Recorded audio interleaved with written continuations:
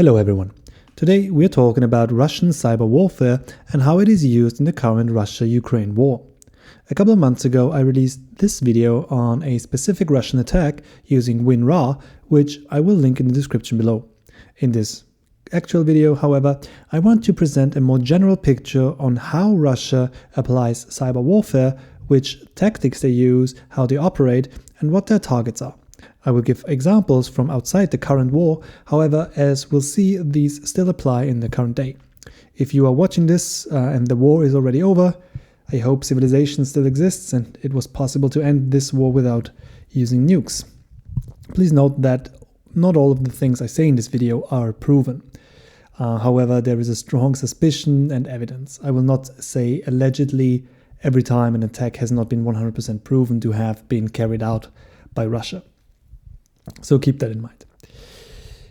Apart from newspaper articles, I draw from two main sources in this video: the papers The Cyber Dimension of the Russia-Ukraine War by Marcus Willett and a definitional framework for cyber warfare, the Ukrainian aspect by Marek Gorka. When Russia began its invasion of the Ukraine in February 2022, there was initial confusion over the lack of cyber attacks from Russia towards Ukrainian targets. Intelligence was initially worried about the possibility and scope of cyber attacks that would happen alongside an invasion. The New York Times wrote at the time that an invasion would most likely be preceded by cyber attacks on the electric grid and communication systems. Moreover, others foresaw that these cyber attacks would be different in scope, kind, and sophistication from anything we have had seen from Russia during peacetime. Surprisingly, at that time, these foreshadowings did not come true. Contemporary headlines read that Russia did in fact not pull off the feared cyber attacks, and that experts are not sure whether hacking is even playing a significant role in Russia's invasion of the Ukraine. So why did the West think that this was going to happen? To answer this, we must first look at what constitutes as cyber warfare. In Russia, cyber operations are not only part of the military operation, but they're also part of strategic information campaigns. The latter is used in Russia's propaganda machine by delivering and spreading misleading facts or just simply lies. An important man in this regard is General Valery Gerasimov, Russia's chief of the general staff. He writes that the very rules of war have changed and that non-military means of achieving goals might exceed the power of weapons. He explicitly writes that warfare will simultaneously take form in all physical environments and the information space. So, of course, the West was worried, and that a physical invasion of the Ukraine would be accompanied by cyber attacks. Moreover, they had historic precedents. In 2007, Russia staged an organized distributed denial of service attack, a DDoS attack, against the Estonian government. In 2017, after the annexation of Crimea, Russia unleashed a deadly worm first to Ukraine, the famous NotPetya, which used the Eternal Blue vulnerability. It locked computers in Ukrainian banks, electric companies, and so on. However, they were not able to control it, thus it spread around the world, causing billions in damage. This all happened in peacetime, and it spread over to NATO countries, notably. There are also examples during war times. In 2008, during its conflict in Georgia, Russia performed another DDoS attack, which constitutes the first example in history of a coordinated cyber attack synchronized with major combat actions on the ground. The attacks hindered the Georgian response and could thereby be seen as a Russian success. In 2014, during the occupation of Crimea, a more serious attack has been carried out. A hacker collective called Fancy Bear, allegedly closely related to the Russian military intelligence, was able to plant Android malware to track Ukrainian soldiers.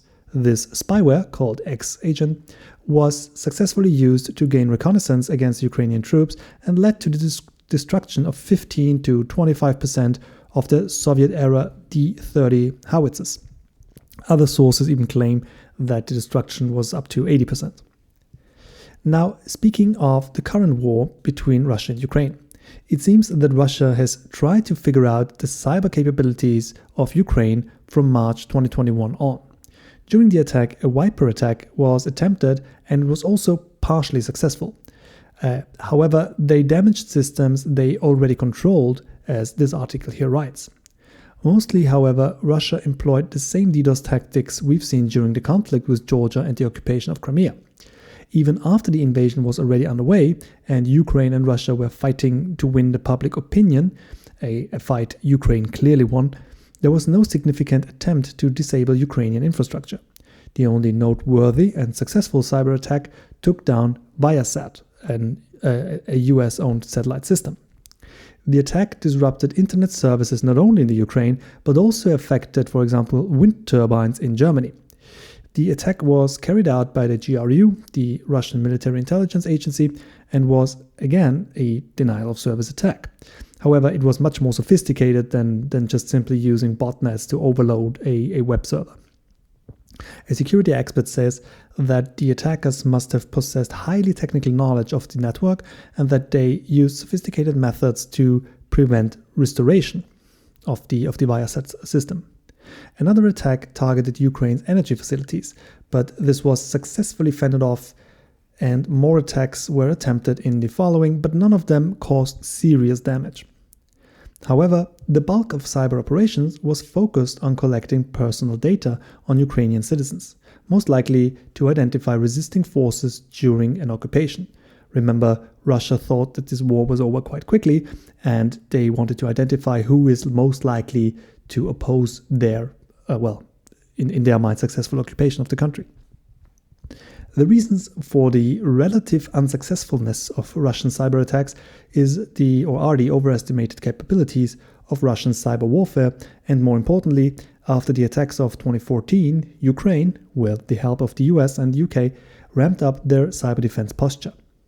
Microsoft alone spent $239 million, with Google and Cisco also helping the Ukrainian cyber defense capabilities.